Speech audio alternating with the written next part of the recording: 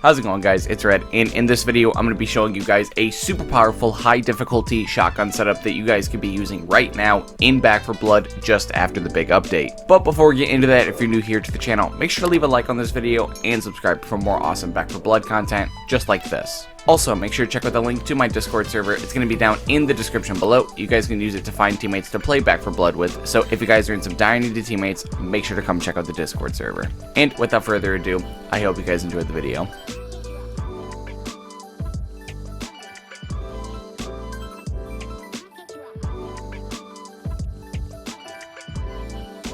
Alright, so here we are in the deck building menu in Back 4 Blood, and if you guys notice, the deck is going to be lined up a lot differently than what it usually is because of the big update that just came into the game. And now every single difficulty is going to format just like No Hope does, where we get card slots 1 through 15 as soon as we spawn in. We no longer have to worry about, putting cards, in specific card slots just so we can draw them, at appropriate times. All of that is now a thing of the past, and I'm actually super happy about this because it's going to make deck building just a whole lot more fun, because you can just have this idea that you want to do and you don't have to wait until the end of the campaign to do it for like only 1 or 2 missions and then restart. And I also feel like it's just gonna let a lot more creative juices flow in the deck manager menu itself. Like, I feel like people are just really gonna be a lot more inclined to try like weird and wacky stuff, like a lot more so now than what they were before, because like I said before, to get an entire 15,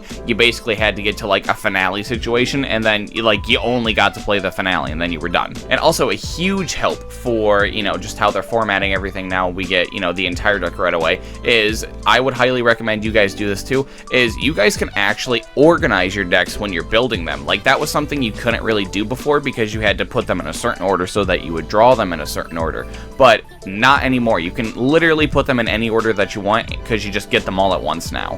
Now, before we begin, I just want to go over the general game plan of the deck, and that is going to be on Special Infected Patrol. That is where the shotgun guy is going to thrive, is killing all of these Special Infected, because shotguns, they hit really hard, and they have a really big potential to just have some of the highest DPS output like in the entire game, especially if you can just consistently hit weak spots and give your gun stuff like effective bullet range to kind of make shotguns not shotguns in a way. And the biggest categories that you guys are going to care about outside of base damage are going to be your weak spot damage, your reload speed, and your aim speed. Those are the 3 most important categories, obviously outside of base damage, because you still need to do a lot of that too. And something of note is this is not the mag coupler version. So this version is going to be a lot based on, actually aim down your sights. But if you guys want to see a version where I do cards like mag coupler and quick kill and just all the good, disabling ADS cards, make sure to leave a comment down below and I'll make sure to make a deck for you guys. Alright, so the first category that I want to go over in the deck is just dedicated weak spot damage, which we have 100% of because we play Hyper Focused, Reckless Strategy, and Ridden Slayer. Now, this is going with what I was saying before. You guys are on Special Infected Patrol, so you guys need to be able to kill Special Infected as quickly as humanly possible, and the way to do that is with weak spot damage. Weak spot damage is really one of the only tried and true methods to truly target the mutations, because nothing else really works, outside of weak spot damage, because weak spots is one of the only things that are unique to the mutations that common infected don't have.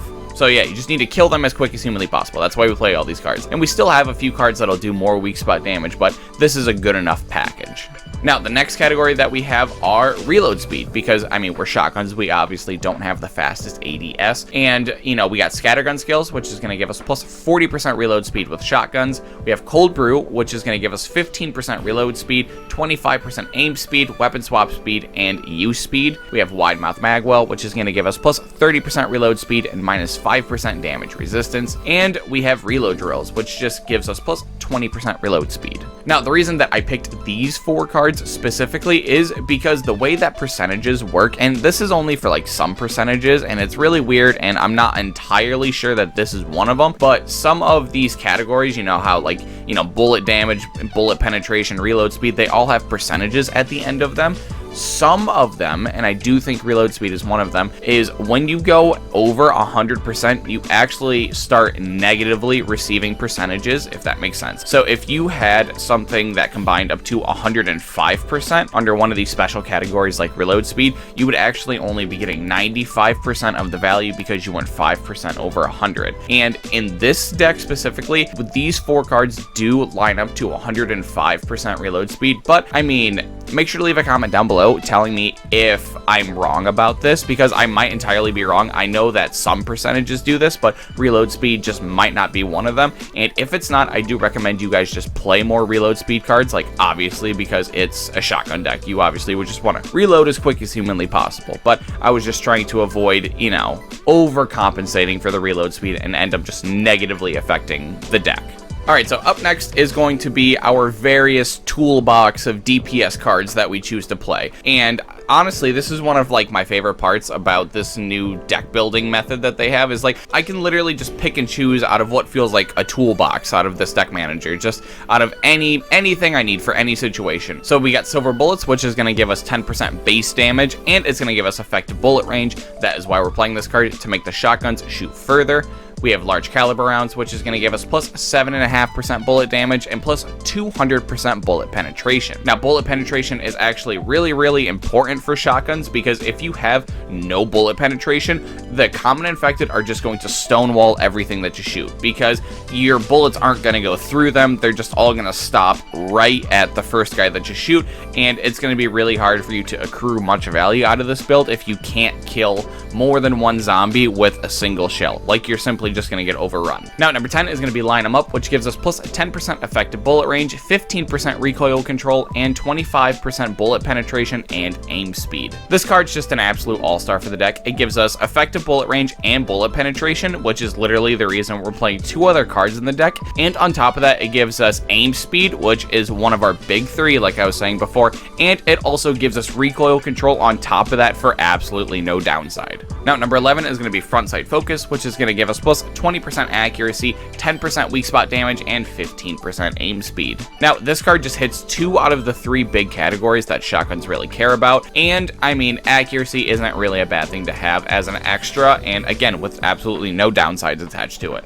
The last dedicated DPS card that we have is Shredder, which is each bullet hit causes the target to take 1% increased damage for 3 seconds, and it stacks up to 15%. I thought this would be just a good way to cap off this little DPS section that we got going on here, and let us move on, you know, to our final category, which is kind of just rounding off the deck. Now, to start off this category, we have Optics Enthusiast, which is going to give us plus 30% accuracy. And I mean, this wasn't with the intention to start, like, you know, no-scoping zombies like if we were playing a Mat Coupler build. This is actually in here because this is such an ADS intensive weak spot damage hitting build. Like, all you're going to be doing is looking for these weak spots and hitting them as much as you can. And I feel like 30% is a really nice buffer to where, you know, you don't really need to do anything else to make it good enough.